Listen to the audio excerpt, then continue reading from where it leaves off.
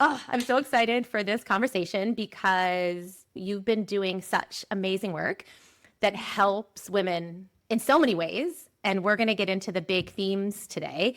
But one of the things that I most love is really your ability to help women reconnect with their bodies, their intuition, their magic.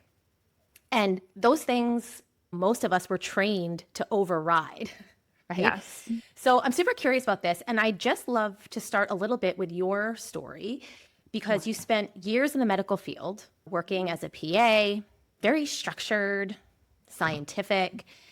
How did your path kind of start to shift towards the work you do now? Still, obviously, working with medicine, but in a different way. Yeah. So it's so interesting. The thing that's coming through to start off with is like, I was the most disassociated person you could ever be before. And I know that that's so hard to imagine now, but it's so interesting to me that I have been navigating this path with the body for decades and decades. And so I was a hormone specialist physician assistant for 8 years. I worked for my dad, and I was facing my own health crises while I was in practice. So I had all kinds of hormone imbalances that were affecting my day-to-day life. And I was really, really suffering for years. And then that turned into chronic Epstein-Barr. I was literally bedridden for a week, a month, for an entire year. And I just got to my breaking point. I hit rock bottom and I was like, something's got to give. And I started diving into holistic health protocols because I realized Western medicine had nothing to offer me. And I really dove into those protocols and committed to getting better and to learning about my body and what worked for me and what didn't. And ultimately, it ended up creating this really beautiful relationship between myself and my body. And so, next thing I know, I don't believe in anything that I'm doing in my medical practice. And yet, every day I'm prescribing hormones for people to help mask their symptoms of deeper, more root cause issues. And I just knew like this couldn't last forever and it couldn't last very long. And so I just held the intention that I wasn't going to do this forever and I was going to leave eventually. And I didn't know how and I didn't know what it was going to look like. But that was really one of my first practices in leaning all the way into trust and surrender, which has been the theme of my life ever since. And so over the years, I mean, it probably took 4 or 5 years after setting that intention for the path to really unfold for me. And COVID hit, things locked down. I was living in Philadelphia at the time. Literally, like, no one was leaving their house without a mask. I was out of practice because everything I was doing was considered, what was the word that they used? It wasn't medically necessary or Right. whatever, whatever they called it. And so I had 2 months of deep reflection to figure out like where did I want to go with this. And that ultimately led to me moving to Arizona part-time, starting a health coaching practice. And one thing led to another. And next thing I knew, I was sitting with frog medicine in my living room with a guy that I met at a concert the month before. Okay, this is making me laugh because it feels like you're telling the story of another person Right? because I'm sitting across from you and I didn't know you then. And Yeah. so I just also really feel that this speaks to the power of change and Yeah. transformation. And Yes. it doesn't take long. So we're going to get into kind of where you are now and some of the really fun concepts that you're playing with now. But I just want everyone to anchor this in of that timeline in which all of this change and transformation occurred. So much so that I'm like, wait, who were you talking about? Did the wrong person get into my recording studio? What is happening? And it's like, wow, like timelines are not linear. And when you make the choice and the intention, transformation can happen so fast. And so I really feel that's even one of these rules that you're helping people to rewrite, which is blank takes a long time, or I need X amount of time in order to do this. Wow, Yes. that's so interesting. Okay, so let's actually, if you're listening in on this episode, I really want you to right now, if you haven't already, leave all of what you thought, think you know, expectations at the door, because we're not really going to focus here on the physical body. That's a part of it. But what we're really going to do is kind of go into these deeper concepts that really help release the mind, like to give you more opportunities in the mind. Okay. So the first one is a question that I know you get asked a lot in your work. And I get asked like every day in my work, which is, Jess, help me find my purpose. What is my purpose? I can't find it. I'm lost. And I know you and I feel very similar about this, but I want everyone to hear it from you because it will land differently. Talk to us about that. Is it possible to find our purpose? Is our purpose something outside of us or something that we do? Or is it more of an energy of who we are? How do you feel about purpose right now? So, to answer your question, how I feel about purpose is that it is absolutely an energy that we exude in everything that we do. And so, like, I fully believe you can't help but live your purpose. You're living it right now, no matter what you're doing. And it's more, I think, people are looking for direction. They're looking to be told or guided how to express their purpose, which I would say is more aligned with a mission. A mission is going to be more specific, but your purpose, when I work with women and they come into one of my masterminds or some kind of container, I ask them, what is your purpose? And they'll tell me, I don't know. And I'll say, but if you did know, what would it be? They have something every time. They have something to say. It never stops at, I don't know. And so that just shows me that it's always in there. It's just, you haven't been pushed to put words to this connection with a specific energy that is your unique archetype in the world. Yeah. So what I'm hearing is if you continue to look outside of yourself or change careers or change what you're doing, it feels like you're doing a lot, you're making a lot of change, but you also might feel disappointed because you still feel that purpose is elusive because you can't see it, because it's in you, it's within you. Right. Yeah. What I find is most of what everyone is looking for is actually here within, in the present moment, in the now. And everyone's going, no, what am I going to be doing in 6 months? And how is that going to be connected to my purpose? How's my purpose going to tell me what I should be doing down the road? And it's no, everything is actually here, including your purpose. And that's something that I feel is really hard to hear for most people because it goes against the rules of what society has told us. Like I laugh my background in corporate and I did a lot of recruiting and like I just cringe at some of the questions I asked people, which was like, what do you want to do in 5 years? Like we were and also these behavior-based questions of asking them about their past. When I look at those types of interviews, the rules told us we had to ask about the past and we had to ask about the future. But very rarely did we ask about the present moment? And it's because I feel that sometimes it is very hard to connect to the present moment because that's where your intuition is. So when we think about these rules, I just love your take on this. It's something that I know you're passionate about. And I think people listening, this will really change the way they live their life. Many of us are operating inside rules that we didn't consciously create. Right? It's societal rules about success, about productivity, about what healing should look like, about what a quote unquote good life is supposed to be. And all of these rules, even if we don't know we're trying to abide by them, they are kind of affecting sometimes our decisions. So I want to start with you because I feel like this is your power and your wisdom of you figure it out for yourself. You work through your own medicine and then you share. So when did you start realizing that even after your big shift or transformation into this kind of new era that you're in, when did you start realizing that, hey, like some of these rules that I've been living with aren't actually mine? I didn't have those words until last year. And I think that's part of the hurdle is being able to put language to what's coming up for us. And so I've been living this for years, but to actually put it into practice really started last year. And it was in the realization, I was in 3 masterminds last year. One of them was Jess's, and I was in another mastermind, Jenna Brown's, with Jess. And Jess, you witnessed me have a lot of realizations around the fact that what if everything's perfect? What if everything I'm doing has been by design? And that became my first rule that I rewrote. It was everything is happening perfectly as it's supposed to in every moment, even and especially when it doesn't feel like it.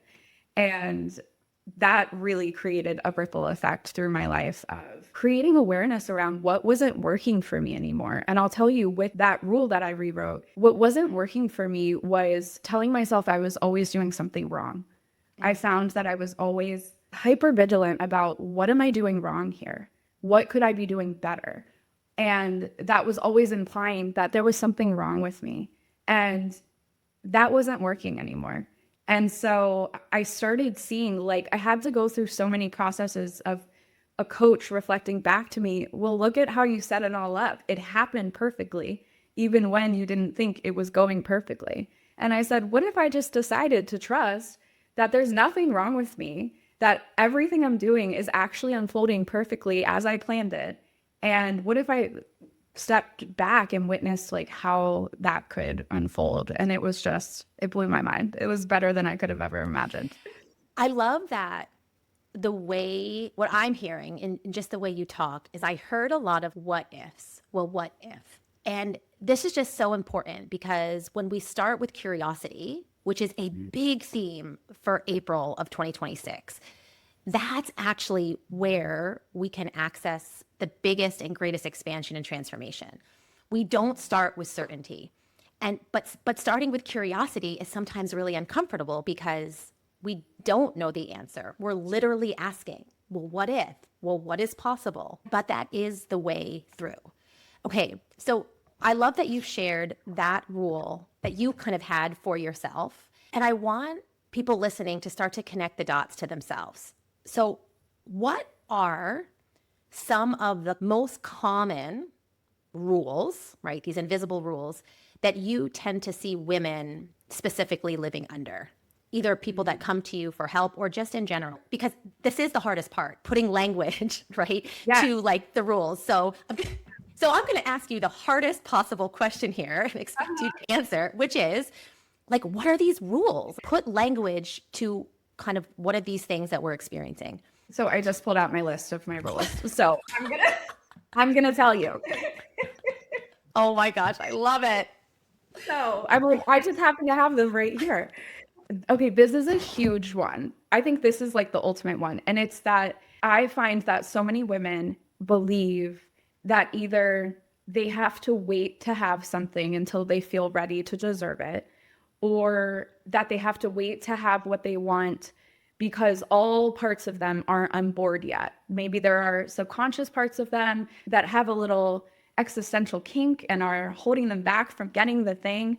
And they have to go through this really deep, intense process to like work through whatever's holding them back and blocking them, quote unquote, from having what it is that they want. There's so many unspoken rules around women getting to have what they want. And the rule that I wrote for myself in realizing this about myself is I get to have whatever I want, no matter how parts of me feel about it now. And then if there's anything to work through, why can't I work through it while I have it? Yes. Like, why not? This is so important. And if I translate it into my speak, it's like the rule of conditionality. This will happen when, or after this, I will. But we all know when we place those rules of conditionalities, and like these are literally how, this is so funny. These are literally how we create rules. Okay, these are called, oh, so funny. These are called logic rules. When we're working with any type of software, or, and I'm laughing, me and my Excel spreadsheets, this is literally how we write rules. When this happens, then X. If this condition is met, like we're creating logic rules. That's what they are called. And so what you're doing is really removing the logic, removing the conditionality, and making it possible without conditions. And that feels to me like unconditional living, which is so Yes. fun. So fun. Yeah, thanks for coming with me when I connected those dots. I was like, people listening are Yeah, probably like, yeah, we know, Jess, they're called logic rules. But I that's so love this. funny. So Okay. good. Okay, so these are so good. Can you go through some of the other rules? Yeah. Now that Yeah, I yeah. know you have a list, Kiki, I I need have to. a whole list, and I'm constantly adding to it. Okay. So number 3 is nothing, not even time, can get in the way of number 2. So I get to have whatever I want, no matter how parts of me feel about it. And time can't even get in the way of that. And so something I've been really playing with my clients is the concept that time isn't real. And I think a lot of us can accept that to an extent, but when you start putting that into practice, it gets a little trickier because we're so conditioned to seeing time linearly. And so if nothing, not even time, can get in the way of whatever it is you want, then why can't you have it right now? What's stopping you? Nothing? Oh, okay. So Yes. that's been a really fun one to play with. And there's so many like branches off of this. Like, how about the fact that you don't actually have to go through a whole process to learn a lesson? You don't have to go step by step through like things going wrong and then ultimately, eventually down the road, weeks later, things coming back together. What if you just knew the lesson and that was enough? That was it. Mhm. Learned those lessons over and over and over again a million times. I know you have. So when we detach from linear time, there's like such a ripple effect that happens in life where things just happen instantaneously. I love this. And I think it goes back to kind of that first rule. And I'm getting now that all of these rules are intertwined.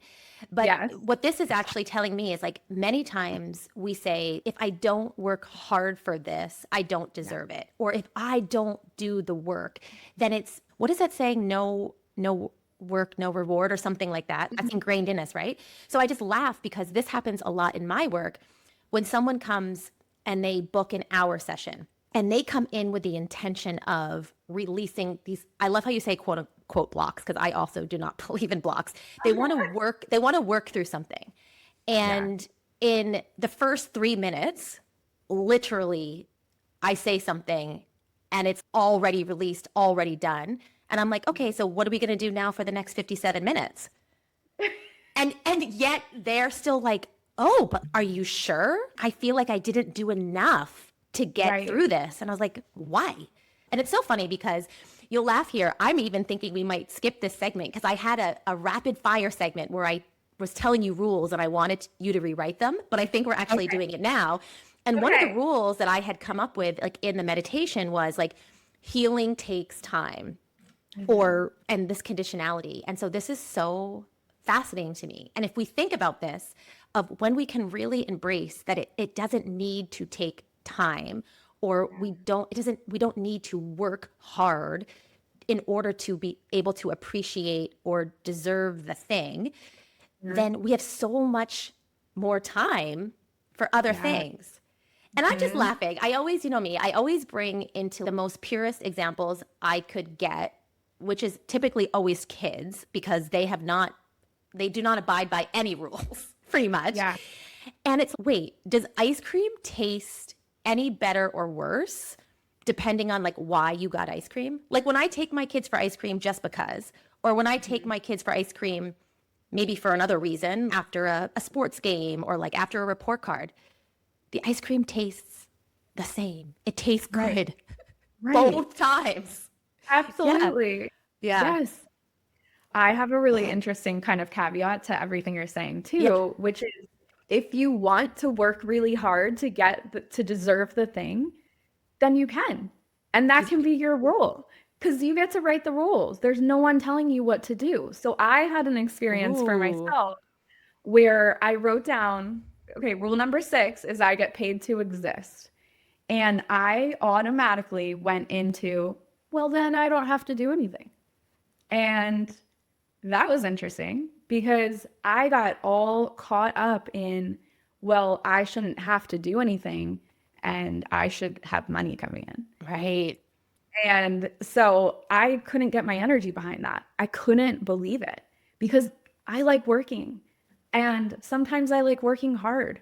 And so I had a whole conversation with Chad about this and I had to rework what does it mean to get paid to exist? And what it actually means for me is doing work I love that doesn't feel like work to me. And so that means I am still doing things. I'm still doing all the things that bring money through my company. And it feels like I'm getting paid to exist. And that feels really good to me. Because impact, doing what you love, is part of your existence that you enjoy doing. Exactly. Yeah. Yeah. But hey, I believe if you can get all your energy behind, I get paid to do nothing, you totally could do it. You can write those rules. Oh my Yeah. gosh. I Yeah. love this. Okay, It's let's so pick. I feel like I want to do one more rule here, and then I want to help people kind of figure out how to do this for themselves. So, yeah. what's another rule that feels fun? Okay. Where are we gonna go here? You can pick two. There's no rules. This is true. This is Your true. own rules. Okay, here's one connect us this time, and then we're gonna throw a bonus in. So I find myself saying often that the body needs time to catch up. I say it to clients, I say it to myself. And this is yet another branch of the time example. Like you can see how time just ripples through so many areas because it's so linear. I guess it would be more like even 2D, but then it's rippling into the 3D, right? But then it's not coming with us to higher dimensions. So I say often and then I catch myself, the body needs time to catch up. And then I'm like, no, it doesn't, because time doesn't exist. So that's been a really interesting one for me because I have so much evidence of physical body knowledge Yes. that has been a part of my training and my studies. And so that one it's been a little harder to let go of. But that also ripples into aging. And so one of my rules is I'm aging backwards. And I really do believe that. I look better every year. I look way better now than I did 10 years ago. And there's something that I say that is so funny. And I caught myself saying that whenever I'm going through a transformational moment, which let's be real is all the freaking time, I look like off. I don't look like myself. I look weird because I'm mid-morph. Okay. And I'm like, so if I'm transforming all the time, then guess what? I'm going to look weird all the time. And I'm not going to look like myself all the time because lately I just feel like it's nonstop. And so what if I just kept looking better and better and better throughout every transformation instead of telling myself I look weird or I look off or I look old or whatever it is. And it's been working. That is a huge one because this brought me back to when we first met in person, which was in Sedona. And during that time, there was a photo shoot. And I remember you had just gotten back from a transformational journey with medicine, and you had opted out of the photo shoot because of that reason. And I did. I'm not saying that was like the right or wrong decision or an opportunity, but how many times do we opt out of opportunities because of a rule or a belief that we have written? And what if that rule was different? And I also think this is just a beautiful example of how we can continually rewrite the rules, right? Yeah. You just did that, and that wasn't that long ago. And No. every time we engage, like, we get to rewrite the rules with the intention, I think, just to have more fun. And I know I've shared this story with you, but like this is how like my youngest, and she's so funny, she has the same numerology as you, so this cracks me up. It's like whenever we play a game, if the game is fun, she'll shift the rules to play it longer, right? So I always use that Pictionary example when, that little sand goes to the hourglass and like she isn't finished drawing yet, or we haven't guessed it yet. Does that mean it's someone else's turn? No. She literally just flips the hourglass thing over and is like, I get more time because this is fun. And I find myself as a parent really stopping myself from saying, no, wait, that's not the rules, because I get why she's doing it. And the object of the game for us is like in that situation is not to win or play by the rules, it's to have fun. So I love that. And I also love something. This is so interesting to me about it's sometimes hard to rewrite rules like when we don't have evidence of. So I want to share something that I kind of realized, and I'm actually super curious about how you do this. Because yes, I'm sure we can rewrite the rules instantaneously. But sometimes I think it's helpful to bridge the gap with bringing in evidence that's not directly correlated to the belief, but like from an other situation. So I'll give you an example, and I'm super curious about this. So I remember seeing someone on social media, I'm sure, where she said something like, or it was a post about, you can't be a good business coach if you've never run a business. And of course, everyone who has run businesses was like, yes, I agree. I've done 20 years. And so for that reason, I am the best person for this job. And something about that like really didn't sit well with me.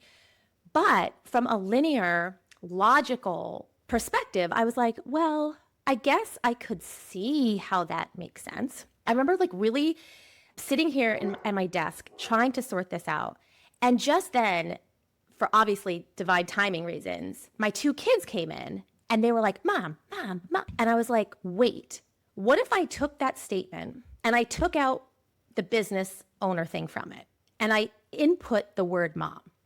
And then I repeated it and I said, you can't be a great mom if you've never been a mom. And I was like, wait, that is absurd. No way, right? We know what like everyone listening is, yeah, obviously. So for me, sometimes when I'm struggling to rewrite a rule, it sometimes helps me to bring in evidence from like other areas. So I'm curious like what you think about that, or what helps you to rewrite the rules when our mind is struggling with evidence, I guess, of them. So I'm going to go on a little bit of a tangent that's related to that, and then I'll come back to your question. So this is making me think of, I work with high-level women who often come to me believing that they're doing a lot of things wrong in their life, much like was my experience.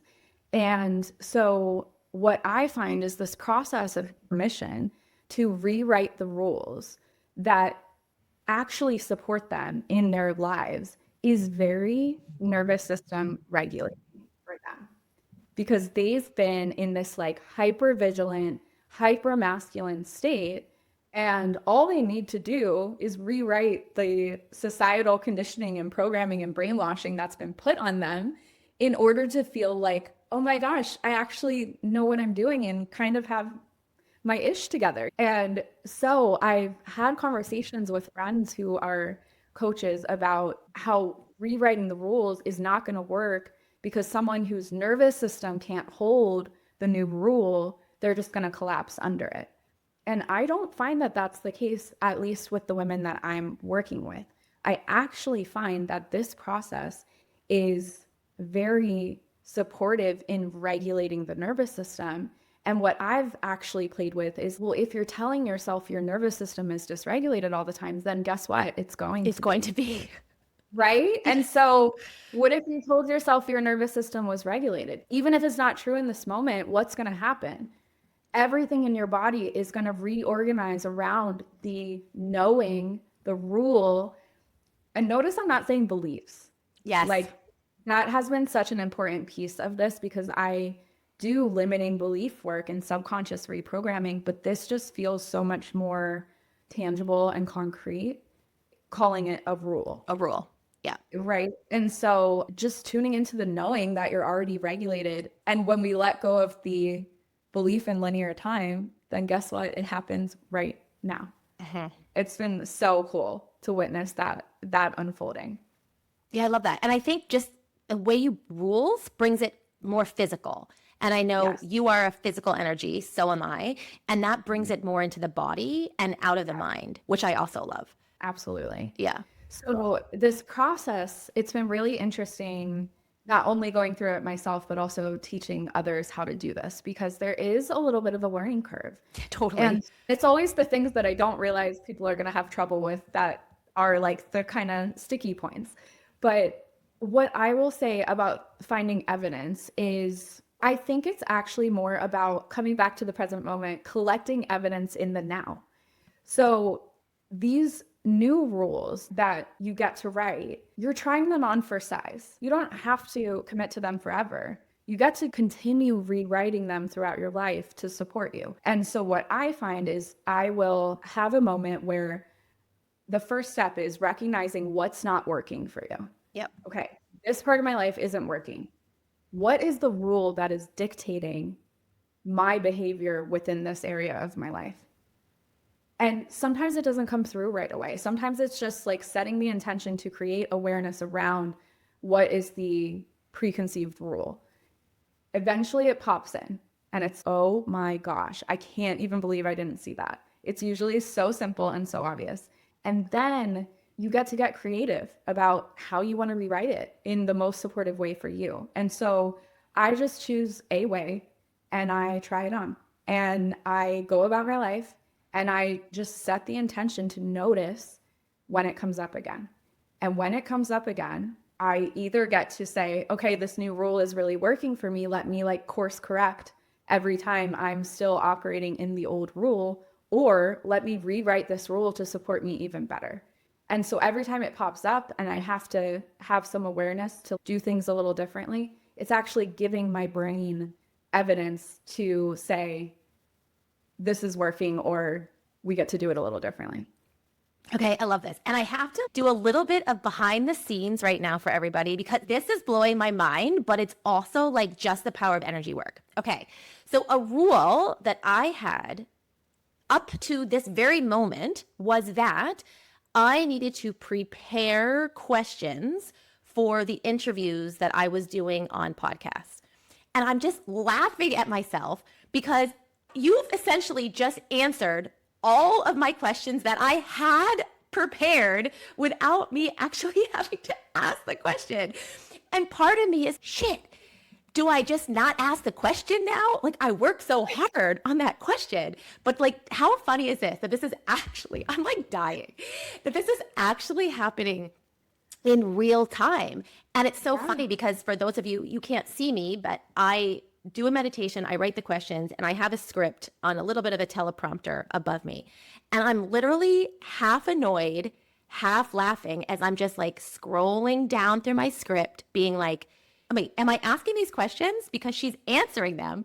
But like, this is just, oh my gosh. So essentially I'm like, scroll, scroll, scroll. We've already talked about that. We've already talked about that. But this is like so amazing. I love it so much. I like how you said how it can just happen in the blink of an eye when we're not even trying to do it. But one of the things that I want to pick up on to bring us into a slightly different concept, but it's so related, is I love how you said, just try it on. And this implies that we cannot expect that the first thing we will try on will be quote unquote perfect, right? I guarantee you when anyone goes clothes shopping, if you like, there's no such thing as perfect. Like you're trying things on for the fun of it. Some days you try on a whole bunch of stuff and nothing quite fits. Sometimes you try things on and the first thing is that. There's different experiences of trying things on. But I think the core theme that I get from you of when someone is trying to rewrite the rules is one of the rules has to be like, there's either no such thing as perfection or like perfectionism isn't what I think it is. Because I think many of us have, if we relate at all to being a perfectionist, it typically comes with that bad reputation, right? Mm-hmm. Again, going back to my corporate days when everyone was like, what is your biggest challenge? And like literally so boring. 9 out of 10 people would be like, well, I'm a perfectionist. I'm like, oh my God, here we go again. But I think sometimes perfectionism is usually framed as like a problem that we need to overcome. But obviously there's something deeper inside of that, right? Because when we look at people who have done extraordinary things, many of them have incredibly high standards.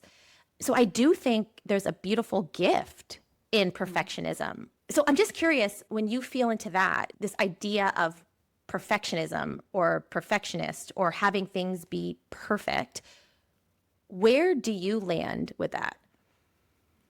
Yeah. So I work with a lot of women who are self-proclaimed perfectionists, and I would consider myself to be one as well. And in this realization that like everything is actually perfect, it really like satisfied that desire for me for everything to be perfect. It was like, well, if I can actually accept that it just is, and I don't even have to try for it to be, then there was like this release of pressure within me. And you may be able to tell by listening to this podcast, but two of my rules are: one, follow what feels fun, and two, you can't F it up. No matter what you do, you can't F it up because everything is always perfect, right? And so what I have been shifting in my messaging that I've been getting a lot of feedback from my clients that they're loving is the energy around the word perfectionist and the concept of it being such a bad thing. I operate very much in like the spiritual world, spiritual community, which I'm sure a lot of your listeners do as well. And I think that not only in corporate, it's been deemed a bad thing, but in the spiritual world especially, it's women should be in their feminine and lay around all day and do nothing. And there's so much spiritual conditioning as well as the mainstream societal conditioning around this word. And so I know a lot of us became perfectionists out of survival, out of protection, out of childhoods that were less than ideal. And I am not discounting that in any way, shape, or form. What I do, what I consider my specialty to be, is I point out in women what their superpowers are. And the fact that you are a perfectionist is actually a really incredible, amazing thing.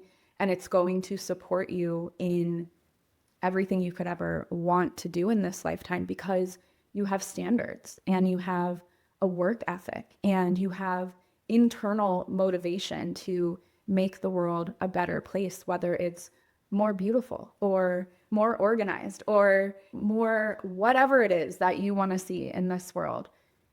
I think that's amazing. I think it gets to be one of the greatest things about high level, high performing, high achieving women. Yeah, I love that. And I know that I shared this with you, but really, when I think of perfectionism and perfect, I think of the number 6 because 6 is the birthplace of perfection. It's the first perfect number. For those math geeks out there, a perfect number is when you can add up the digits and multiply the digits and get the same. So 1 plus 2 plus 3 equals 6, and 1 times 2 times 3 equals 6. And what really hit me is when we look at nature and bees choosing to use this perfect shape, the shape of a hexagon with 6 sides, as their hive. And the reason they choose it is because it is the most efficient shape. They build most efficiently and get the most out of it using that perfect shape. And when I think about that, there's nothing quote unquote bad about that. So I think also for me, when we look at nature or we look at the birthplace or the origin of something, for me, it always helps. But like you said, sometimes going to the origin of where it started in you, perhaps versus the origin of where the concept came from, is super helpful. And it's interesting because I never have associated myself with being a perfectionist because I don't have those tendencies, which I think why it is maybe easier for me just to accept things as perfect. But I do know that this is like such an important one. And again, just start with curiosity. What if my tendencies to be a perfectionist weren't bad? What if they were helping me in some way? And I think if you're listening and perfectionism lands, do that. But if you're listening and it doesn't, insert another belief, insert another word, and start with a curiosity. What if this? What if that? And I think part of it is also like being willing to be a lifelong learner and to truly be open to learning about new things, which is where I kind of want to go next here, which is about the frog. which is about Kambo. And I'm laughing. I will share with you. I don't know if I've ever told, I think I probably shared with you this story, but when we first met, I didn't know anything about you. And I remember sitting in a circle and other people were talking and you were talking and you all were talking about this thing called Kambo. And I had no idea what it was. And I kept on asking myself, like, a combo of what? What are the two things that they are bringing together? I was like, and then finally I had to be like, what are these things? And I think someone else said, what do you mean things? It's one. And I was like, wait, what? So I just also think this is so funny about how when you can shift into being a learner and ask the questions, even if you feel so silly asking. So I asked the question, what is Kambo? First, I will tell everybody, I now know how to spell it. Kambo, Combo. Yes. And I just want you to chat a little bit about what it is and why it's so special and important for you. Because learning about it from my perspective has really opened my mind to many different things, not just that. Sure. Yeah, so Kambo is a frog medicine.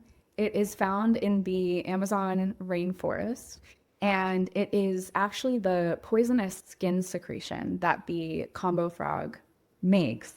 It's applied topically to the skin of us humans after the skin is burned with the end of a burnt incense stick, and the top layer of skin is wiped off. And this gooey medicine that is full of over 35 bioactive peptides, which I know most people know what a peptide is now, such a hot topic lately, but it has over 35 of them in its skin secretion. And that is applied topically to the skin so that it can be absorbed through the lymphatic system and the bloodstream. And the Kambo frog actually has no known predators, and so it helps instill fearlessness within us. And it has that poisonous skin secretion actually to protect it from bacteria, fungus, things that can make it sick in the rainforest, to keep it safe and healthy and to help it live as long as possible. And so you can imagine all of these peptides in the medicine are so beneficial for so many different medical conditions, even just typical imbalances that many of us deal with, like hormone imbalances, any kind of like immune system function being off, even mental health. It's used as hunting medicine in the tribes in the Amazon. And so it helps also improve like strength, endurance, stamina. It's an amazing performance enhancement as well. It can really be used for an endless list of things that can be just a little bit off. And it helps our mind, our body, and our spirit all come back into balance. And it's so, so beautiful.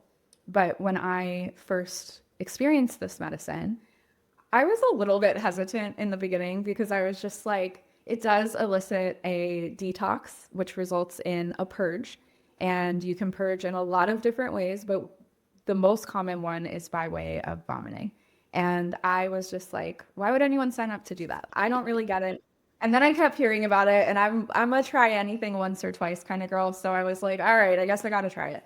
And my first day sitting with it, my practitioner looks at me and says, you're really connected to this medicine. You should really think about serving it. And I had a really challenging sit. Again, I was very disassociated at the time, not connected to my body at all. And so it was really hard for me to be completely grounded in my body with nowhere to go. And I looked at him and I laughed and I said, there's absolutely no way. And the next day he brought me his training manual. I read it cover to cover, and it was all about the hormone balancing effects, the immune system boosting effects, the mental health benefits, all the things. And it was everything I was doing in my medical practice as a physician assistant. And wow. I couldn't unsee it. I was like, I'm the person that's going to bring this medicine to the people that would never hear about it otherwise. And that has really been a big part of my role as a Kambo frog medicine practitioner.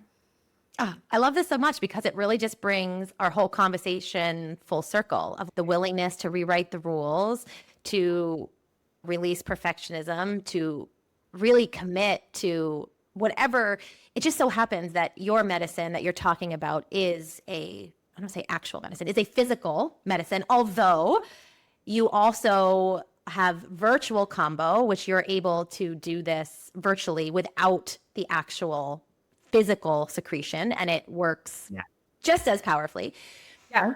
But it's so that a thing of like you going through that, your own medicine with it, your own connection with it to bring it to the world. And I think many times we hesitate, just like you said, of no way, right? That's not like that initial moment of hesitation or perhaps, I don't say unwillingness, but just maybe surprise of no, like that wasn't what I thought I was going to do. That's not my path. But this invitation to go through and go deeper into the medicine on the other side is not your purpose. Inside is your purpose, but it brings you back to that. So I also think this is a really cool message for everybody of that medicine. Insert what that medicine is, whether that's a physical medicine or a lesson or an experience or really something that you're meant to be initiated into. By moving towards that, by being open to that, what if, right, that could be the path to sharing it? Or what if, right, there's so many, because I do feel there sometimes is that hesitation to rewrite the rules, to do all the things we talked about because of the uncertainty of what happens. So I think actually that would be really helpful for people to hear. I always say, like, when you do feel resistance, you're on the right path. Because if you don't feel resistance, like, who the hell cares? It's not as, I don't say important, but anyway. So I'm super curious about that. If people are feeling resistant to something, what is the invitation here? What could they do? So for me, and what I have now passed on to a lot of people, is the difference between, I'm going to use the example of feeling nervous and feeling excited. Yeah. Is a hair off, right? And so feeling resistance, like, it's so interesting because the medicine of Kambo has this energy. And when I get it out to serve it to someone, I feel this rush of, you could call it nervousness, you could call it resistance, but I've learned it's just the energy of Kambo. And so when people come in to sit with Kambo, they always tell me they're nervous. And I do believe it's good to have some respect for the medicine and not come in feeling really full of yourself, because you will be humbled very quickly. But I also know that some of the nerves that they're feeling is just the energy of the medicine. And so I feel like that applies to resistance. Like the feeling of resistance is just sensation. And so can you just feel that sensation and maybe not call it resistance, because calling it resistance creates a story in the mind, but feeling it with the body allows you to move through it more quickly, easily, more efficiently, more simply, and allows you to get to the other side. I have learned to let discomfort be fun, and doesn't always work, but it works a lot of the time. And so when the discomfort of resistance comes up, I know I'm onto something, and I get really curious, and I let that process be fun, even when it sucks. Both can exist. It all gets to exist. So I would say if you feel resistance, lean all the way in. Love it. In the energy of me realizing that I have no rules or I can create the rules, I will not ask the typical closing question that I have prepared. I want to leave it open for you to feel into what we've shared today. Are there any feelings left unsaid or anything you want to share to really make this feel complete for now in this moment?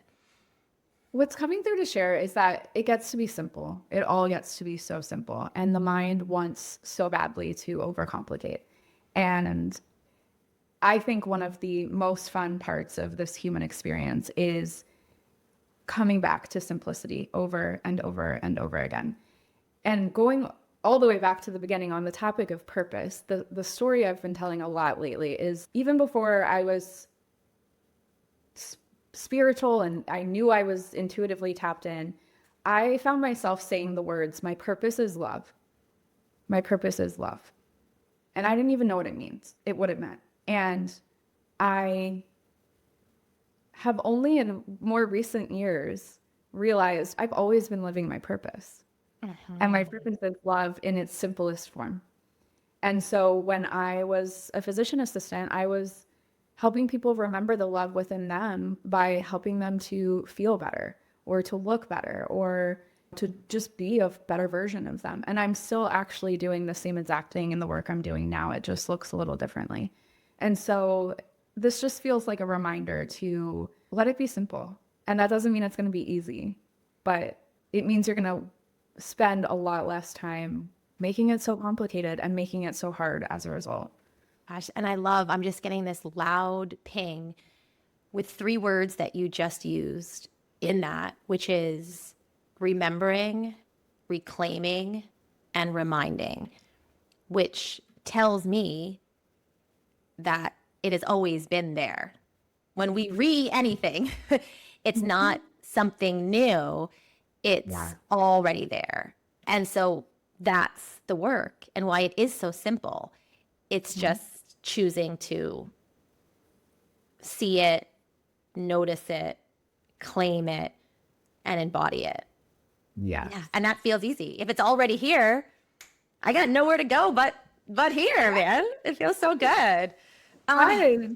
Yeah. So good. So good. Okay, if anybody wants to hear more from Kiki, which I know you all do, we will put her information in the show notes. And I know she would love for you to reach out. And also, I would love for anyone listening to send me any of the rules that you uncovered from today's episode, of those rules that you maybe discovered that you didn't know you were living by, and what you're doing or your first kind of action to rewrite them.